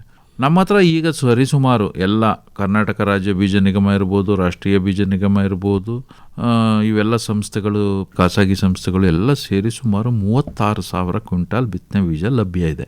ಸೊ ಹಾಗಾಗಿ ಯಾವುದೇ ಬಿತ್ತನೆ ಬೀಜಕ್ಕೆ ಕೊರತೆ ಆಗಲ್ಲ. ನಾವು ಎಲ್ಲ ಬಿತ್ತನೆ ಬೀಜಗಳ ಒಂದು ಲಭ್ಯತೆಗೆ ಕ್ರಮವನ್ನು ಕೈಗೊಂಡಿದ್ದೇವೆ. ಬೇರೆ ಕೃಷಿ ಪರಿಕರಗಳು ಅಂದರೆ ಇನ್ನೂ ಈ ವರ್ಷದ ಕಾರ್ಯಕ್ರಮಗಳು ಬರಬೇಕು. ಈಗ ಕೃಷಿ ಭಾಗ್ಯ ಒಂದು ಬಂದಿದೆ ಈಗ ಆಲ್ರೆಡಿ. ಯಾಕೆಂದರೆ ಅದನ್ನು ನಾವು ಈ ಏಪ್ರಿಲ್ ಮೇನಲ್ಲೇ ಮಾಡಬೇಕಾಗಿರೋದ್ರಿಂದ ಮಳೆ ಇಲ್ಲದ ಅಂಥ ಸಂದರ್ಭದಲ್ಲಿ ಆ ಕಾರ್ಯಕ್ರಮವನ್ನು ಕೊಟ್ಟಿದ್ದಾರೆ. ಕೆಲವೊಂದು ಪ್ರಾತ್ಯಕ್ಷಿಕೆಗಳಿಗೆ ಬಂದಿದೆ ಅದು, ಬಟ್ ಇನ್ನೂ ಮಳೆ ಬೀಳಬೇಕಾಗಿದೆ. ಸೊ ಅದು ಬಿಟ್ಟರೆ ಇನ್ನು ಕೃಷಿ ಯಾಂತ್ರೀಕರಣ ಮತ್ತು ಸೂಕ್ಷ್ಮ ನೀರಾವರಿ ಅಂದರೆ ಮೈಕ್ರೋ ಇರಿಗೇಷನ್ ಅಂತ ಏನು ಹೇಳ್ತೀವಿ, ತುಂತುರು ನೀರಾವರಿ ಘಟಕಗಳು, ಹನಿ ನೀರಾವರಿ ಘಟಕದ್ದು ಇನ್ನೂ ಕಾರ್ಯಕ್ರಮ ಬರಬೇಕು. ಬರುತ್ತೆ, ಈಗ ಸದ್ಯದಲ್ಲೇ ಬರ್ತದೆ. ಮತ್ತು ನಾನು ರೈತ ಬಾಂಧವರಲ್ಲಿ ಕೇಳ್ಕೊಳ್ಳೋದು ಏನಪ್ಪ ಅಂದರೆ, ಪ್ರಥಮವಾಗಿ ರಸಗೊಬ್ಬರಕ್ಕೆ ಸಂಬಂಧಪಟ್ಟಂಗೆ ದಯವಿಟ್ಟು ಯಾವುದೇ ರೀತಿಯಲ್ಲಿ ನೀವು ಪ್ಯಾನಿಕ್ ಆಗಿ ಹೆಚ್ಚು ಪರ್ಚೇಸ್ ಮಾಡ್ತಕ್ಕಂಥದ್ದನ್ನು ಬಿಡಬೇಕು. ನಿಮ್ಗೆ ಎಷ್ಟು ಬೇಕೋ ಅಷ್ಟು ತಗೊಳ್ಳಿ, ಸಿಗುತ್ತೆ. ಆಮೇಲೆ ನಾವು ಬಫರಲ್ಲೂ ಕೂಡ ಸ್ಟಾಕ್ ಇಟ್ಟಿದ್ದೀವಿ. ಬಫರ್ ಅಂತಿರುತ್ತೆ, ಅದು ತೀವ್ರವಾದಂಥ ಕೊರತೆ ಉಂಟಾದ ಸಂದರ್ಭದಲ್ಲಿ ಒದಗಿಸಲಿಕ್ಕೆ ರಸಗೊಬ್ಬರವನ್ನು ರಾಜ್ಯ ಸರ್ಕಾರ ಸ್ಟೋರೇಜ್ ಮಾಡಲಿಕ್ಕೆ ಅವರೇ ದುಡ್ಡನ್ನು ಕೊಟ್ಟು ಮಾಡಿಸಿರ್ತೀವಿ. ಅಲ್ಲ ಸರ್, ಕೆಲವು ಸರಿ ಈ ಥರ ಕೊರತೆನ ಕೃತಕವಾಗೂ ಸೃಷ್ಟಿ ಮಾಡಿ ವ್ಯಾಪಾರಸ್ಥರು. ಹೌದು, ನೀವು ಹೇಳೋದು ನಿಜ. ಕೆಲವು ಟೈಮ್ ಹಿಂಗೆ ಯಾರಾದರೂ ಮಾರಾಟಗಾರರು ಆ ರೀತಿ ಒಂದು ಮಾಡಿದಂಥ ಸಂದರ್ಭದಲ್ಲಿ ಕೆಲವೊಮ್ಮೆ ರೈತರುಗಳು ಫೋನ್ ಮಾಡ್ತಾರೆ, ನಮ್ಮ ಅಧಿಕಾರಿಗಳು ಅಂದರೆ ಏನಾಗಿದೆ, ಸಿಬ್ಬಂದಿ ಕೊರತೆ ಇದೆ ತೀವ್ರತರವಾಗಿ, ಹೇಳ್ಕೊಳಕ್ಕಾಗದಷ್ಟು ಕೊರತೆ ಇದೆ, ಬಟ್ ಈಗ ಏನೋ 1,000 ಜನ ತಗೊಳ್ತಾ ಇದ್ದಾರೆ, ಅದು ಬಂದರೆ ನಮ್ಮ ಸಮಸ್ಯೆ ಬಗೆಹರಿತದೆ. ಯಾಕೆಂದರೆ ಈಗ ನಮ್ಮ ಜಿಲ್ಲೆಯಲ್ಲಿ 92 ಜನ ಸಹಾಯಕ ಕೃಷಿ ಅಧಿಕಾರಿಗಳಿರಬೇಕು, 92 ಖಾಲಿ ಇದೆ. ಹಾಗಾಗಿ ತೀವ್ರತರವಾದ ಕೊರತೆ ಇದೆ. ಬಟ್ ಹಂಗಂತ ಹೇಳ್ಬಿಟ್ಟು ನಾವು ನಮ್ಮ ಕೆಲಸ ನಿಲ್ಸೋಕ್ಕಾಗಲ್ಲ. ಬೇರೆ ಔಟ್ಸೋರ್ಸು ಅವರೆಲ್ಲ ತಗೊಂಡು ಮಾಡ್ತಾಯಿದ್ದೀವಿ. ನಮ್ಮ ಕೆಲಸ ಚಾಚು ತಪ್ಪದೆ ಮಾಡ್ತಾಯಿದ್ದೀವಿ. ನೋಡಿ, ಇದೇ ರೀತಿ ಆದಂಥ ಸಂದರ್ಭದಲ್ಲಿ ಓದ್ಸಲ್ಲಿ ನಾವು ಕಾನೂನಾತ್ಮಕ ಕ್ರಮಗಳು ಕೈಗೊಂಡ್ವಿ ಲಾಸ್ಟ್ ಟೈಮು. ಅದರಲ್ಲಿ ಸುಮಾರು ನಾನು 6 ಸ್ಟೇಟ್ ಲೆವೆಲ್ ಹೋಲ್ಸೇಲ್ ಲೈಸೆನ್ಸ್ ನಮ್ಮ ಜಿಲ್ಲೆಯಲ್ಲಿದ್ದವನ್ನ ರೆಕಮೆಂಡ್ ಮಾಡಿ ಕ್ಯಾನ್ಸಲ್ ಮಾಡಿಸ್ದೆ. 6 ಅದನ್ನು ಡೈರೆಕ್ಟ್ರು ಕ್ಯಾನ್ಸಲ್ ಮಾಡಬೇಕಾಯ್ತು. ಸ್ಟೇಟ್ ಲೆವೆಲ್ ಅಧಿಕಾರಿಯವರು ಅವ್ರಿಗೆ ರೆಕಮೆಂಡ್ ಮಾಡಿ 6 ಲೈಸೆನ್ಸನ್ನು ಕ್ಯಾನ್ಸಲ್ ಮಾಡಿಸ್ದೆ. ಮತ್ತು ನನ್ನ ಹಂತದಲ್ಲಿ 3 ಹೋಲ್ಸೇಲ್ ಲೈಸೆನ್ಸನ್ನು ಕ್ಯಾನ್ಸಲ್ ಮಾಡಿಸ್ದೆ. ಅದರಲ್ಲೂ ಒಬ್ಬರು ಕೋರ್ಟ್ಗೆ ಹೋಗಿದ್ದಾರೆ, ಇರಲಿ ಅದೇನಾಗುತ್ತೆ ನೋಡೋಣ. 3 ಲೈಸೆನ್ಸನ್ನು ನಾನು ಕ್ಯಾನ್ಸಲ್ ಮಾಡಿದೆ. ಮತ್ತು ನನ್ನ ಅಧೀನ ಸಿಬ್ಬಂದಿಗಳು ಏನು ಅಸಿಸ್ಟೆಂಟ್ ಡೈರೆಕ್ಟರ್ಗಳಿದ್ದಾರೆ, ನಮ್ಮ ಕೊಲೀಗ್ಸು, ಅವ್ರಿಗೆ ಕೆಲವೊಂದು ಕಾನೂನಾತ್ಮಕ ಕ್ರಮ ತಗೊಳ್ಳಿಕ್ಕೆ ಹೇಳಿ 5 ರಿಟೈಲ್ ಲೈಸೆನ್ಸ್ಗಳನ್ನು ಕೂಡ ಕ್ಯಾನ್ಸಲ್ ಮಾಡಿಸ್ದೆ. ಒಟ್ಟು ಲಾಸ್ಟ್ ಇಯರ್ 6, 3, 9, 5, 14 ಲೈಸೆನ್ಸ್ಗಳನ್ನು ಕ್ಯಾನ್ಸಲೇ ಮಾಡಿದ್ದೀನಿ. ರದ್ದು, ಅವು ಮತ್ತೆ ಸಸ್ಪೆಂಡ್ ಆದರೆ ಮತ್ತೆ ರಿವೋಕ್ ಆಗ್ತದೆ. ಕ್ಯಾನ್ಸಲೇ ಮಾಡಿದ್ದೀವಿ. ಈಗ ರೈತರ ಪರವಾಗಿ ನಿಲ್ಲಬೇಕಾದಂಥ ಸಂದರ್ಭದಲ್ಲಿ ಯಾವುದೇ ಹಂತಕ್ಕೂ ಹೋಗೋಕ್ಕೆ ನಾವು ಕ್ರಮಗಳನ್ನು ಕೈಗೊಳ್ತೀವಿ. ರವಿ ಅವರೇ, ಈಗ ಸರ್ಕಾರ ಇನ್ನೂ ಒಂದು ಆಲೋಚನೆ ಮಾಡ್ತಾ ಇದೆ. ಈ ರಾಸಾಯನಿಕಗಳನ್ನೇ ಬಿಟ್ಬಿಟ್ಟು ನೈಸರ್ಗಿಕ ಮತ್ತು ಸಾವಯವ ಕೃಷಿ, ನಿಮ್ಮಲ್ಲೂ ಆ ಯೋಜನೆ ಇದೆ, ಪರಂಪರಾಗತ ಕೃಷಿ ವಿಕಾಸ ಯೋಜನೆ ಅಂತ ಹೇಳಿ. ಅದು ಎಷ್ಟರ ಮಟ್ಟಿಗೆ ಸೂಕ್ತ ಆಗಬಹುದು ಮತ್ತು ಯಾವ ರೀತಿ ರೈತರು ಈ ಬಗ್ಗೆ ಗಮನ ಹರಿಸಬೇಕು ಅಂತ ಹೇಳಿ? ಅಲ್ಲ, ಅದು ಇವತ್ತಿನ ಪರಿಸ್ಥಿತಿಗೆ ಅವಶ್ಯಕ, ತೀರಾ ಅವಶ್ಯಕ, ಇಲ್ಲ ಅಂತ ಹೇಳಲ್ಲ. ಬಟ್ ಕ್ರಮೇಣವಾಗಿ ಮಾಡಬೇಕಾಗ್ತದೆ. ಯಾಕೆಂದರೆ ನಮ್ಮ ಜನಸಂಖ್ಯೆ, ಅದಕ್ಕೆ ಬೇಕಾಗುವಂಥ ಆಹಾರ ಪ್ರಮಾಣ, ಇವೆಲ್ಲವನ್ನು ಪರಿಗಣನೆಗೆ ತೆಗೆದುಕೊಂಡಾಗ ಸ್ವಲ್ಪ ಒಂದು ಫೇಸ್ ವೈಸ್ ಮ್ಯಾನರ್ನಲ್ಲಿ ಸ್ಲೋ ಆಗಿ ಇವುಗಳ ಬಳಕೆಯನ್ನು ಕಡಿಮೆ ಮಾಡ್ತಾ ಹೋಗೋದು ಉತ್ತಮ. ಯಾಕೆಂದರೆ ಯಾವತ್ತಿದ್ರೂ ನೋಡಿ, nature is nature, natural is natural ಅಲ್ವಾ. ಪ್ರಕೃತಿ ದತ್ತವಾಗಿ ಬಂದದ್ದೇ ಹೆಚ್ಚು ದಿವಸ ಬದುಕೋದು, ಉಳಿಯೋದು, ಮತ್ತು ಅದೇ ಶಾಶ್ವತ ನನ್ನ ಪ್ರಕಾರ. ಸೊ ಹಾಗಾಗಿ ಇವೆಲ್ಲ ನಾವು ಕ್ರಿಯೇಟ್ ಮಾಡ್ಕೊಂಡಿರೋವು, ಫರ್ಟಿಲೈಸರ್ ಇರ್ಬೋದು, ಪೆಸ್ಟಿಸೈಡ್ಸ್ ಇರ್ಬೋದು ಅಲ್ವಾ. ಹಂಗಾಗಿ ಪ್ರಕೃತಿ ದತ್ತವಾಗಿ ಎಷ್ಟು ಹೊಂದಾಣಿಕೆ ಮಾಡ್ಕೊಂಡು ಹೋಗ್ತೀವೋ ಅಷ್ಟು ರೈತನಿಗೂ ಒಳ್ಳೆಯದು, ನಮಗೂ ಒಳ್ಳೆಯದು. ಯಾಕೆಂದರೆ ಈಗ ನ್ಯಾಚುರಲ್ ಫಾರ್ಮಿಂಗು ಬಟ್ ತಕ್ಷಣ ಮಾಡಿದಂಥ ಸಂದರ್ಭದಲ್ಲಿ ಇಳುವರಿ ಕಡಿಮೆ ಆಗೇ ಆಗುತ್ತೆ. ಯಾಕೆಂದರೆ ನೆಲ ಭೂಮಿ ಅದಕ್ಕೆ ಹೊಂದ್ಕೊಂಡಿರ್ತದೆ, ಮತ್ತು ಆ ಕ್ರಾಪ್ಸ್ಗಳು ಅದಕ್ಕೆ ಸೂಟಬಲ್. ಅದಕ್ಕೆ ನೋಡಿ, ಈಗ ನಮ್ಮ ಇಲಾಖೆಯಲ್ಲಿ ಕೆಲವೊಂದು ತಳಿಗಳು, ದೇಶಿ ತಳಿಗಳನ್ನು ಪತ್ತೆ ಹಚ್ಚಿ ಎಲ್ಲೆಲ್ಲಿ ಯಾವ ರೈತ ಬಾಂಧವರ ಹತ್ರ ದೇಶಿ ತಳಿಗಳಿದ್ದಾವೆ ಅವುಗಳನ್ನು ಕಲೆಕ್ಟ್ ಮಾಡಿ ಅದರನ್ನು ಒಂದು ಸಂತತಿ ಅಂದರೆ ಏನು ಇರ್ತದೆ ಅದರದ್ದು ಜೀನ್ ಬ್ಯಾಂಕು, ಅದನ್ನು ಮಲ್ಟಿಪ್ಲಿಕೇಶನ್ ಮಾಡುವಂಥ ಕೆಲಸವನ್ನು ಯೂನಿವರ್ಸಿಟಿಯವರು ಮಾಡ್ತಾಯಿದ್ದಾರೆ. ಅದನ್ನು ನಾವೆಲ್ಲ ಕಲೆಕ್ಟ್ ಮಾಡಿ ಕೊಟ್ಟಿದ್ದೀವಿ. ಸೊ ನಮ್ಮ ಜಿಲ್ಲೆಯಲ್ಲಿ ಯಾರಾದರೂ ಆ ರೀತಿ ತುಂಬ ದೇಶಿ ತಳಿಗಳು, ಪ್ರಮುಖವಾಗಿ ವಿಶೇಷವಾಗಿರ್ತಕ್ಕಂಥ ದೇಶಿ ತಳಿಗಳಿದ್ದರೆ ದಯವಿಟ್ಟು ಕೃಷಿ ಇಲಾಖೆಯವ್ರಿಗೆ 1-2 kg 3 kg ಇದರ ಸೀಡ್ಸ್ ಕೊಟ್ಟರೆ ಅದನ್ನು ಒಂದು ಶೇಖರಣೆ ಮಾಡಲಿಕ್ಕೆ ವ್ಯವಸ್ಥೆ ಇದೆ. ನಮ್ಮಲ್ಲಿ GKVKL ಮಾಡಿದ್ದಾರೆ. ಅದನ್ನು ಅವರು ಯಾರು ಕೊಟ್ಟಿದ್ದಾರೆ ಅವ್ರ ಹೆಸರನ್ನು ಇದು ಮಾಡ್ತೀವಿ. ಸೊ ಅದು ಕೂಡ ಇದಕ್ಕೆ ಪೂರಕವಾದಂಥ. ಯಾಕೆ ಹೇಳಿದೆ ಅಂದರೆ, ಈಗ ದೇಸಿ ತಳಿಗಳಿಗೆ ಪ್ರಕೃತಿದತ್ತವಾಗಿ ಇಳುವರಿಯನ್ನು ಕೊಡುವಂಥ ಸಾಮರ್ಥ್ಯ ಇತ್ತು. ಈಗಿನ ತಳಿಗಳಿಗೆ ನೀವು ಹೆಚ್ಚು ಹೆಚ್ಚು ರಾಸಾಯನಿಕ ಗೊಬ್ಬರಗಳನ್ನು ಹಾಕಬೇಕಾಗ್ತದೆ. ಅಷ್ಟು ನ್ಯೂಟ್ರಿಯೆಂಟ್ಸ್ ಪ್ರಮಾಣದಲ್ಲಿ ನಾವು ಆರ್ಗ್ಯಾನಿಕಲಿ ಕೊಡೋದು ಕಷ್ಟ ಆಗ್ತದೆ. ಅವುಗಳಿಗೆ ಅಷ್ಟು ವಾಲ್ಯೂಮಿನಸ್ ಆಗಿ ಅಷ್ಟು ಪ್ರಮಾಣ ಗಾತ್ರ ಜಾಸ್ತಿ ಆದಂಥ ಸಂದರ್ಭದಲ್ಲಿ ಕಷ್ಟ ಆಗ್ತದೆ ಒದಗಿಸ್ತಕ್ಕಂಥದ್ದು.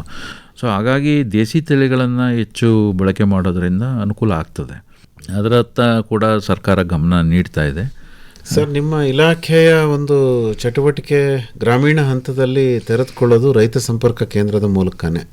ರೈತ ಸಂಪರ್ಕ ಕೇಂದ್ರದ ಮೂಲಕ ನೀವು ಬಿತ್ತನೆ ಬೀಜದ ಜೊತೆಗೆ ಬೇರೆ ಗೊಬ್ಬರಗಳು, ಅಂದರೆ ಈಗ ಜೈವಿಕ ಗೊಬ್ಬರ ಇರಬಹುದು, ಲಘು ಪೋಷಕಾಂಶಗಳ ಮಿಶ್ರಣ ಇರಬಹುದು, ಅಥವಾ ಕೆಲವೊಂದಷ್ಟು ರಾಸಾಯನಿಕಗಳಿರ್ಬೋದು, ಇದನ್ನು ಕೂಡ ತಾವು ವಿತರಣೆ ಮಾಡ್ತೀರಿ. ಹೌದು. ಈಗ ನೋಡಿ, ಕಳೆದ ಬಾರಿ ನಾವು ರೈತರಿಗೆ ಪ್ರಮುಖವಾಗಿ T Narasipura taluk, Nanjangud, K R Nagar, ಕೆಲವು ಭಾಗದ ಮೈಸೂರು, ಎಚ್ ಡಿ ಕೋಟೆ, ಇಲ್ಲೆಲ್ಲ ಏನು ಮಾಡಿದ್ವಿ, ಭತ್ತ ಬೆಳೆಯೋ ಪ್ರದೇಶದಲ್ಲಿ ರೈತರಿಗೆ ನಾವೇ ಫೋರ್ಸ್ ಮಾಡಿ ಈ ಜಿಂಕ್ ಸಲ್ಫೇಟನ್ನು ಕೊಟ್ವಿ. ಜಿಂಕ್ ಸಲ್ಫೇಟನ್ನು ಅದರ ಬಳಕೆ ಕೆಲವೊಂದಷ್ಟೇ ರೈತರು ಮಾಡ್ತಿದ್ರು, ಎಲ್ಲ ರೈತರು ಮಾಡ್ತಿರಲಿಲ್ಲ. ಕಳೆದ ಬಾರಿ ಅದೊಂದು ಮಾಡಿದ್ವಿ. ಮತ್ತು ಈ ಪೊಟ್ಯಾಷ್ ಬಳಕೆಯ ಬಗ್ಗೆ ಹೆಚ್ಚಿನ ಒಂದು ಅವೇರ್ನೆಸ್ಸನ್ನು ಮಾಡಿದ್ವಿ. ಇದು ಎರಡರ ಪರಿಣಾಮ ನೀವು ನೋಡಿರ್ಬೋದು. ಕಳೆದ ವರ್ಷ ಮುಂಗಾರಿನಲ್ಲಿ ಹೆಚ್ಚು ನಮಗೆ ರೋಗ ರುಜಿನಗಳು, ಪೀಡೆಗಳ ಹಾವಳಿ, ಕೀಟಗಳ ಹಾವಳಿ ಕಡಿಮೆನೇ ಆಯಿತು. ಕಳೆದ ಮುಂಗಾರಿನಲ್ಲಿ ಭತ್ತ ಬೆಳೆದಂಥ ರೈತರಿಗೆ ಒಳ್ಳೆಯ ಇಳುವರಿ, ಉತ್ತಮವಾದ ಇಳುವರಿ ಬಂದಿದೆ. ಅಂದರೆ ಪ್ರತಿಯೊಂದಕ್ಕೂ ಅದರದ್ದೇ ಆದ ಪಾತ್ರ ಇರ್ತದೆ. ಈಗೇನು ನೀವು ಮೈಕ್ರೋನ್ಯೂಟ್ರಿಯೆಂಟ್ ಅಂತ ಹೇಳಿದ್ರಿ, ಸೆಕೆಂಡರಿ ನ್ಯೂಟ್ರಿಯೆಂಟು, ಈಗ ಜಿಂಕ್ ಮೈಕ್ರೋನ್ಯೂಟ್ರಿಯೆಂಟು, ಅದರ ಪಾತ್ರನೂ ಕೂಡ ಬಹಳ ಇದೆ ಏನು ಭತ್ತದಲ್ಲಿ, ಮತ್ತು ಮುಸ್ಕಿನ ಜೋಳಕ್ಕೂ ಇದೆ ಅದು. ಈ ಜಿಂಕ್ ಕೆಲಸ ಏನಪ್ಪ ಅಂದರೆ, ಜಿಂಕದು ಮನುಷ್ಯರಿಗೂ ಕೊಡ್ತಾರೆ, ಈ ರೋಗ ನಿರೋಧಕ ಶಕ್ತಿಯನ್ನು ಕೊಡ್ತಕ್ಕಂಥದ್ದು, ತಡ್ಕೊಳ್ತಕ್ಕಂಥ ಶಕ್ತಿ ಕೊಡ್ತದೆ. ಪೊಟ್ಯಾಷ್ ಕೆಲಸ ಏನು ಅಂದರೆ ಎರಡೂ ಕೆಲಸ ಮಾಡುತ್ತೆ, ರೋಗ ನಿರೋಧಕ, ಬರ ನಿರೋಧಕ. ನಮ್ಮ ರೈತ ಬಂದವರು ಏನು ಮಾಡ್ತಾರೆ, ರಾಗಿಗೆ 20-20 ಹಾಕಿ ಬಿಟ್ಬಿಡ್ತಾರೆ, ಇಲ್ಲ DAP ಹಾಕಿ ಬಿಟ್ಬಿಡ್ತಾರೆ. ಪೊಟ್ಯಾಷ್ ಪ್ರಮುಖವಾಗಿ ಹಾಕಬೇಕು, ಅದರಲ್ಲೂ ರೆಡ್ ಸಾಯಿಲ್ಸಲ್ಲಿ.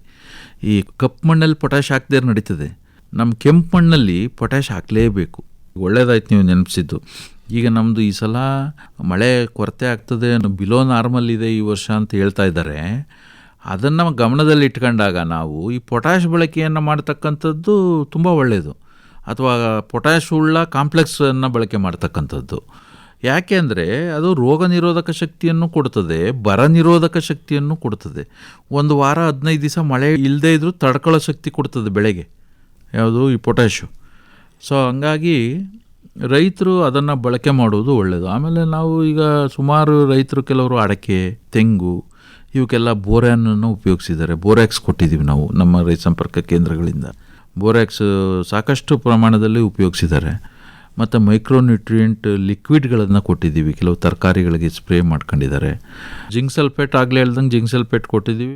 ಆ ಜಿಂಕ್ ಸಲ್ಫೇಟ್ ಬೇರೆ ಬೇರೆ ಪರ್ಸೆಂಟೇಜಲ್ಲೂ ಬರ್ತದೆ, ಲಿಕ್ವಿಡಲ್ಲೂ ಬರ್ತದೆ. ಆಮೇಲೆ ಮೈಕ್ರೋನ್ಯೂಟ್ರಿಯೆಂಟ್ಗಳು ಲಿಕ್ವಿಡಲ್ಲೂ ಬರ್ತವೆ. ಆಮೇಲೆ ಸೂಡೋಮನಾಸು, ಟ್ರೈಕೋಡರ್ಮಾ ಇವುಗಳನ್ನು ಕೂಡ ಕೊಟ್ಟಿದ್ದೇವೆ. ಮತ್ತು ಕೆಲವೊಂದು ಕೆಮಿಕಲ್ಸ್ನೂ ಕೂಡ ಈಗ ಮುಸ್ಕಿನ ಜೋಳದಲ್ಲಿ ಬೂಜು ರೋಗ ಬಂದಂಥ ಸಂದರ್ಭದಲ್ಲಿ ಕ್ರಮ ಕೈಗೊಳ್ಳಲಿಕ್ಕೆ, ಕಂಟ್ರೋಲ್ ಮಾಡಲಿಕ್ಕೆ ಕೆಲವು ಸಂದರ್ಭಗಳಲ್ಲಿ, ಮತ್ತು ಬೇರೆ ಭತ್ತ ಇಂಥ ಲಾಸ್ಟ್ ಟೈಮ್ ಕಡಿಮೆನೇ ನಮಗೆ ಏನು ರೋಗ ರುಜಿನಗಳ ಇದು ಕಡಿಮೆನೇ ಆಯಿತು ಸ್ವಲ್ಪ.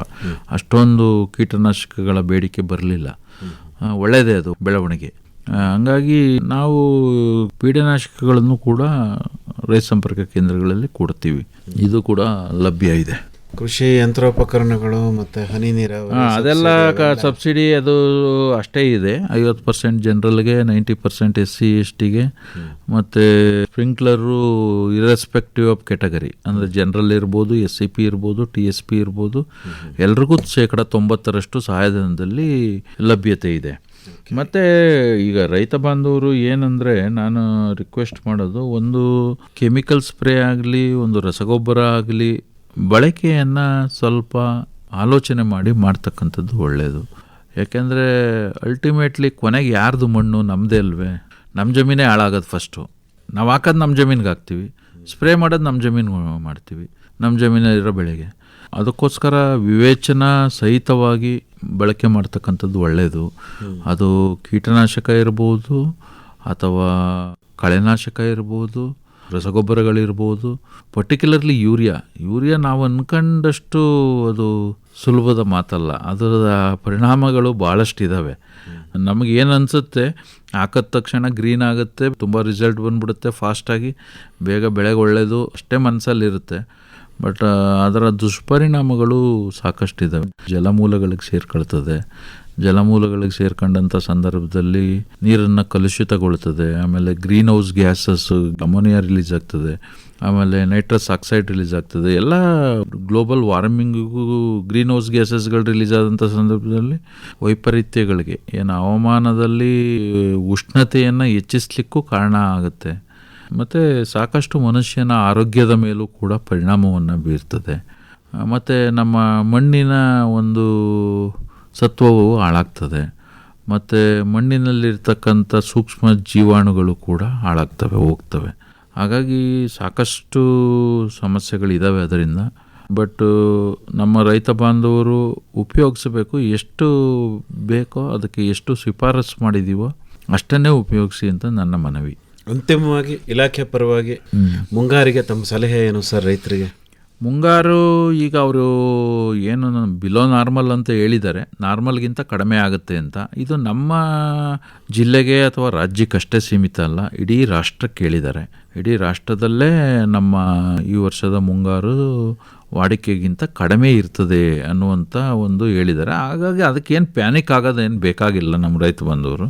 ನಾನು ಹೇಳಿದ್ನಲ್ಲ ಆಗಲೇ, ಏನು ಸಾಧ್ಯತೆಗಳು ನಾವು ಏನೆಲ್ಲ ಅಳವಡಿಸ್ಕೋಬೇಕು.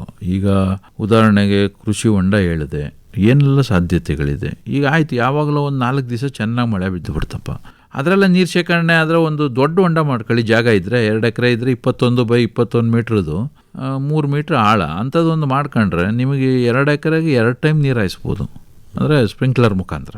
ಹಿಂಗೆಲ್ಲ ಸಾಧ್ಯತೆಗಳಿದೆ, ಅದೊಂದು ಮಾಡ್ಕೋಬೋದು. ಆಮೇಲೆ ನಾನು ಆಗಲೇ ಹೇಳ್ದಂಗೆ ಕೆಲವೊಂದು ಈ ಅಗ್ರಾನಮಿಕ್ ಪ್ರಾಕ್ಟೀಸಸ್ ಅಂತೀವಿ, ಬೇಸಾಯ ಪದ್ಧತಿಗಳು. ಈಗ ರಾಗಿನಲ್ಲಿ ಹೇಳೋದಾದರೆ ಹೆಚ್ಚು ಒತ್ತಾಗಿದ್ದರೆ ಅದನ್ನು ತಿನ್ನಿಂಗ್ ಮಾಡ್ತಕ್ಕಂಥದ್ದು, ಅಂದರೆ ಮಧ್ಯೆ ಗಿಡಗಳನ್ನು ತೆಗಿತಕ್ಕಂಥದ್ದು. ಆಮೇಲೆ ಡಸ್ಟ್ ಮಲ್ಚಿಂಗ್ ಅಂತ ಹೇಳಿದೆ ಆಗಲೇ, ಚಿಪ್ಕುಂಟೆಯನ್ನು ಹಾಯಿಸಿ ಮಣ್ಣಿನ ಪದರವನ್ನು ಡಿಸ್ಟರ್ಬ್ ಮಾಡ್ತಕ್ಕಂಥದ್ದು, ಅದು ಒಂದು. ಈಗ ಕೆಲವು ಬೆಳೆಗಳಿಗೆ ಸಂದಿಗ್ಧ ಹಂತಗಳಲ್ಲಿ ನೀರು ಬೇಕಾದಂಥ ಸಂದರ್ಭದಲ್ಲಿ ಆಲ್ಟರ್ನೇಟಿವ್ ಆಗಿರ್ತಕ್ಕಂಥದ್ದು ಕೃಷಿ ಭಾಗ್ಯ. ಅದಕ್ಕೆ ನಾನು ಹೇಳೋದಂತೂ ಅದು ಈ ಒಂದು ಡ್ರೈಲ್ಯಾಂಡ್ಗೆ, ಅಂದರೆ ಒಣ ಪ್ರದೇಶಕ್ಕೆ, ಮಳೆಯಾಶ್ರಿತ ಪ್ರದೇಶಕ್ಕೆ ಒಂದು ವರದಾನ ಅಂತಲೇ ಹೇಳ್ಬೋದು ಕೃಷಿ ಭಾಗ್ಯ ಸ್ಕೀಮನ್ನು. ಯಾಕೆಂದರೆ ಅದು ತುಂಬ ಅದ್ಭುತವಾದ ಒಂದು ಪರಿಣಾಮವನ್ನು ಬೀರ್ತದೆ. ಮತ್ತು ಅಷ್ಟೊಂದು ಎಲ್ಲ ಸಬ್ಸಿಡಿನಲ್ಲಿ ಎಲ್ಲ ಒಂದು ಅನುಕೂಲ ಮಾಡಿಕೊಟ್ಟಿರೋದ್ರಿಂದ ಸರ್ಕಾರ, ಅದನ್ನು ರೈತರು ಸದ್ಬಳಕೆ ಮಾಡ್ಕೊಂಡ್ರೆ ಹೆಚ್ಚಿನ ಇದು ಬೇಕು ಅಂದರೆ, ಬೇಕಾದರೆ ನಾವು ಕೇಂದ್ರ ಕಚೇರಿಗೆ ಬರೆದು ತರಿಸ್ಕೊಳ್ತೀವಿ. ಈಗಿರೋದು ಎಲ್ಲ ರೈತರು ಮಾಡಿಸ್ಕೊಂಡು ಈಗೊಂದು 250 ಹೊಂಡ ಕೊಟ್ಟಿದ್ದಾರೆ, ಮತ್ತು ಇನ್ನೂ ಕೊಡ್ತೀವಿ ಅಂತ ಹೇಳಿದ್ದಾರೆ. ಇದು ಮುಗಿದ್ರೆ ಅವ್ರು ತರಿಸ್ಕೊಳ್ತೀವಿ, ಬೇಡಿಕೆ ಇದೆ ಅಂದರೆ ಕೊಡ್ತಾರೆ. ಒಳ್ಳೆಯದು ರವಿ ಅವರೇ, ಇದುವರೆಗೂ ಮುಂಗಾರಿಗೆ ಪೂರ್ವ ಸಿದ್ಧತೆ ಹಾಗೂ ಇಲಾಖೆಯ ಅನೇಕ ವಿಚಾರಗಳಿಗೆ ಸಂಬಂಧಪಟ್ಟಂತೆ ಬಹಳ ವಿವರವಾಗಿ ಮಾಹಿತಿ ನೀಡಿದಿರಿ. ಒಳ್ಳೆಯದಾಗಲಿ, ವಂದನೆಗಳು, ನಮಸ್ಕಾರ. ನಮಸ್ಕಾರ.